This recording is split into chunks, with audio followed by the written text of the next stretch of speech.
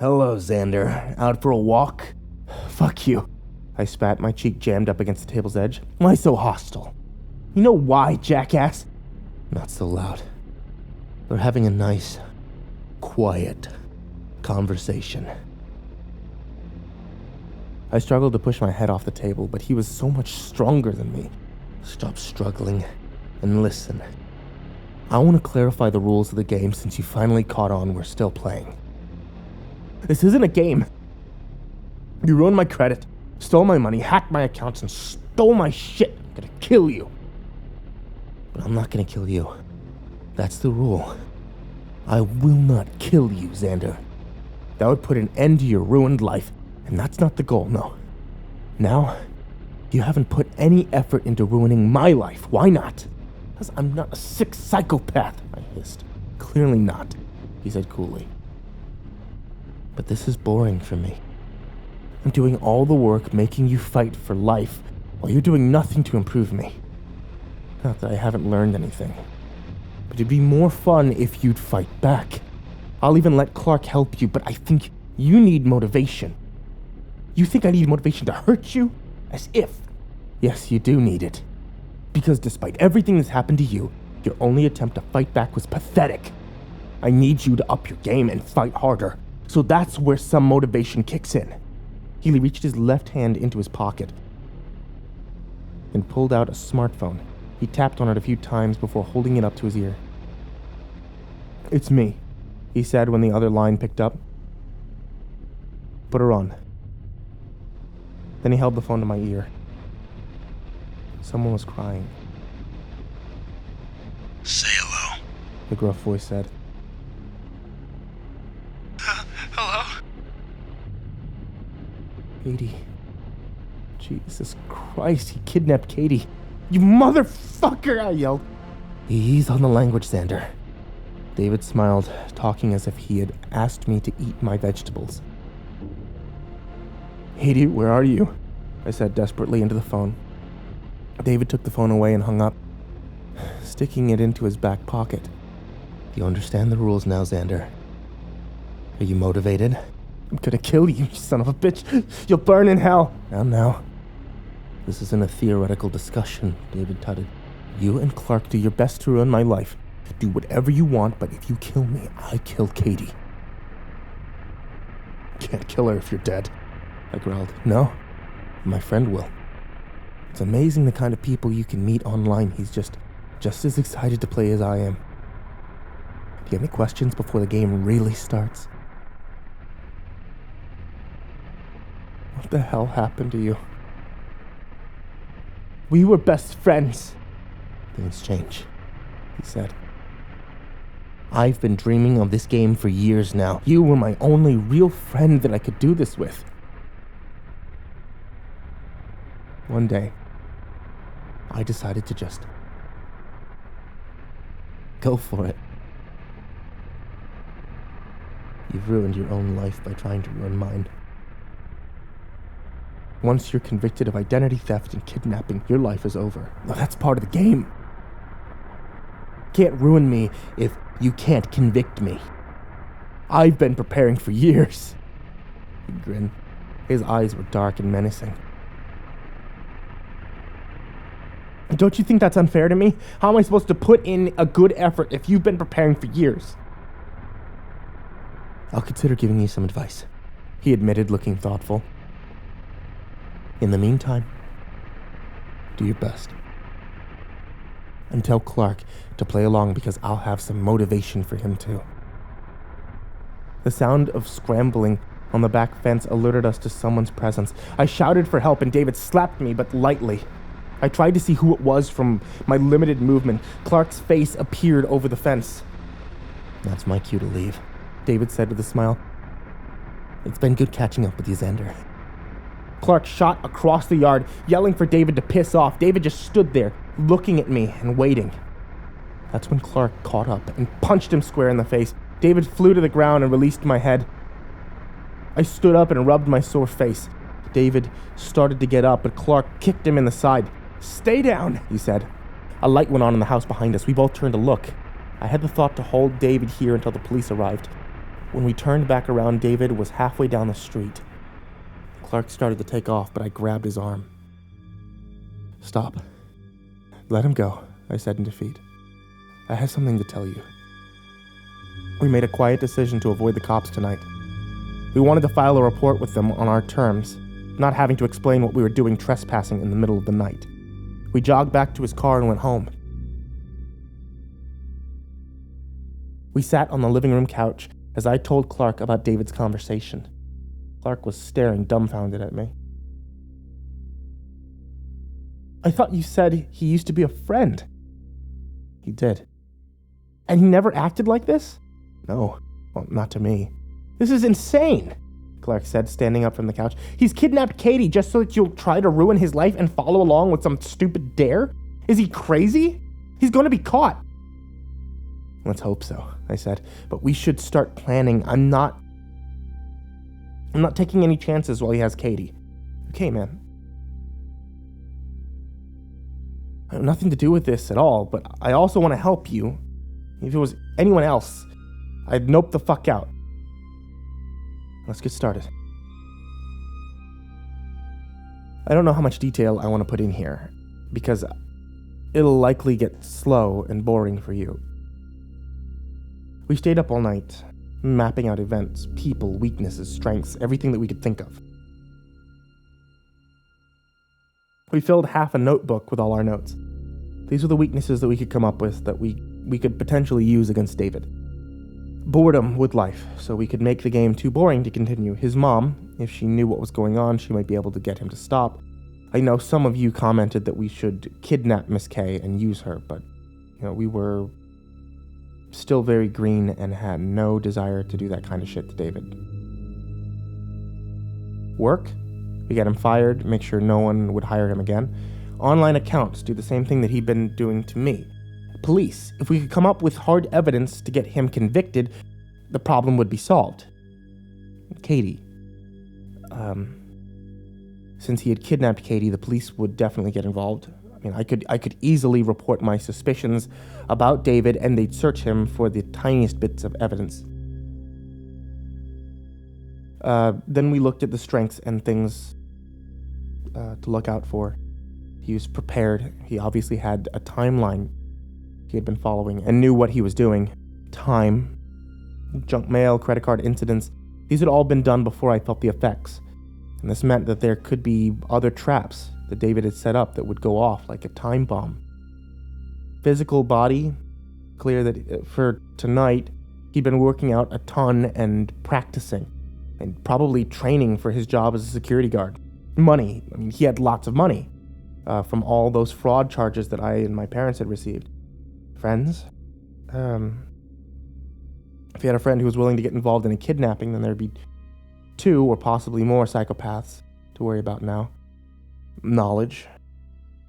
He knew how to use fraud without being caught yet, and hack computers, or at least hire someone to do it for him.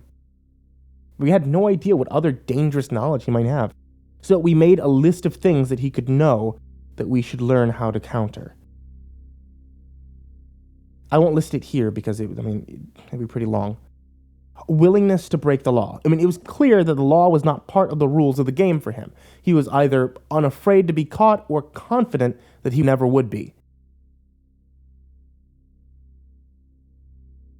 After we looked at David, we looked at ourselves. First, our weaknesses, knowledge. We didn't have nearly the amount of knowledge that David had. Not just knowledge about how to do things like fix a pipe, but also knowledge about David, who his friends were, where he worked, who he talked to, etc. We'd have to start learning like crazy to try to catch up. Money, we had no money left. Clark was limited because he just spent a ton on a plasma TV that was just stolen. Our home and car, David knew where we lived. We planned to sell our lease as soon as possible. He also knew our cars, but there was nothing we could do about that. Till we moved and had some money to buy a junker car we'd used when it was necessary. No matter where we lived, if he could find our car, he knew how to follow us home. There was Katie. David decided to change the rules and use Katie as motivation. We might have to rethink literally everything. It was fear. Clark and I knew that deep down David terrified us more than he angered us. I would rather have walked away than exact revenge. We were all afraid and unwilling to do a lot of things David had already done. I mean, here are our strengths. The law was on our side so long as we kept things legal. Clark's credit so far, David hadn't targeted Clark like he targeted me, so we could take precautionary measures to protect him. Our jobs, we had jobs. We could therefore earn money, unless David found a way to get us fired from them. We needed to come up with a way to protect our jobs from David, that's true. The FTC, the police force, the government, these government bodies with all their vast resources were working for us on my identity theft. We thought it was likely that they'd be able to link David to my identity theft. I mean, looking at all the strengths and weaknesses side by side of both parties, it looked like an even match up on paper. But just thinking about trying to fight David made us feel like we were up against an impossible enemy. We sat down to eat breakfast and continued talking over what we would do. Both of us called in sick to work so that we could start preparing. All right. I posted our leases up for sale on Craigslist, I said, putting my phone down. Clark was sniffing the air with a confused expression. He leaned over and I smelled his cereal. Does this smell bad to you? Yes. I sniffed. Smells like cereal to me. It smells bad to me. He dumped the cereal in the sink. Clark pulled out his phone and called Equifax, letting them know that he wanted to freeze his credit for 90 days. When those 90 days were up, he would call again and again until this matter was resolved to protect his credit. His credit card with a $3,000 limit was still accessible to us, but no new credit card could be applied for. He then went on every account that he had online and changed every password to be random gibberish. He signed up for an online password manager and put his passwords in there. The password manager worked by only storing an encrypted file on the server. He would download his encrypted file from the password manager website, read or write to the file, re-encrypt it, and then send it back to the server. The server only held the encrypted file, no passwords. Even if this company got hacked, the hackers would only have a bunch of useless encrypted files. They could crack the files with time, sure, but it was the best that we could do. The only account that he didn't put into the password manager was his bank account information. He wrote down half of the username on one small scrap of paper, and the other half on the other. He did the same with the password. He intended to hide them in safe places around town. If David got a hold of Clark's bank information, we were dead in the water. While he did that, I finished both of our inventories to hand over to the police as soon as they opened for the day. Once the station opened, we were going to head over, hand in our inventories, file a police report for the burglary, and recommend David as a possible suspect. I also planned to point them to my identity theft police report and state that I suspected David to be guilty of that as well. Once we had the police report, we would go to our landlord and request for the locks to be changed, using the police report as evidence of the break-in. The tech had told us that the door had been opened regularly and not forced. That meant David had somehow made a copy of our key. As it got closer to 9 a.m., we got into Clark's car and drove around town. He got out at 4 locations and hid his scraps of paper somewhere. He knew it had to be somewhere people didn't touch for months at a time, and wouldn't be damaged or moved by sprinklers, storms, etc. I didn't know where he hid them, but he assured me they were safe. After they were hidden, we drove to the police station to file our report.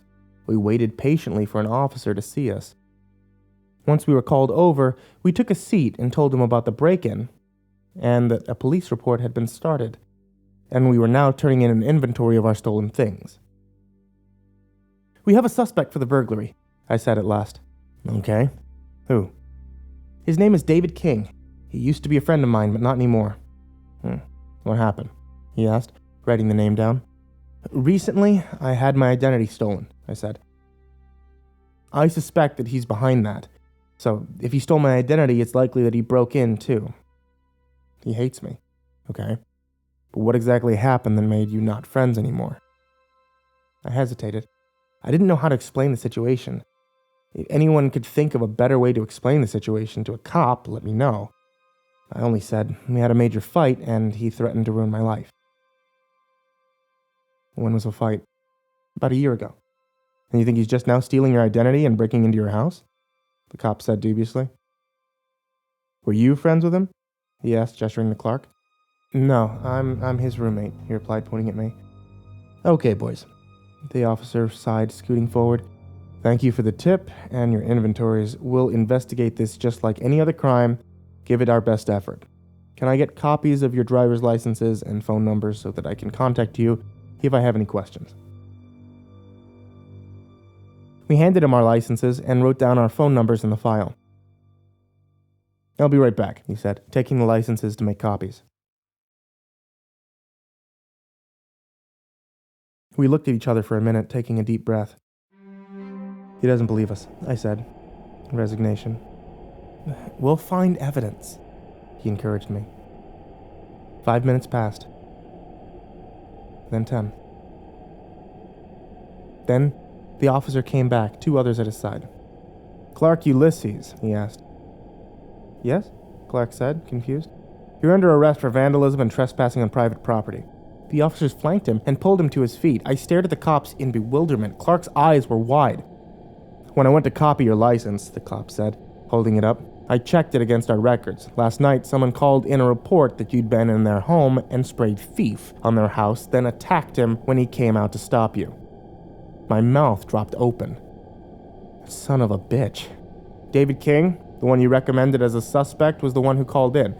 Seems to me like you're trying to discredit him before he reported you. Guess he beat you to it.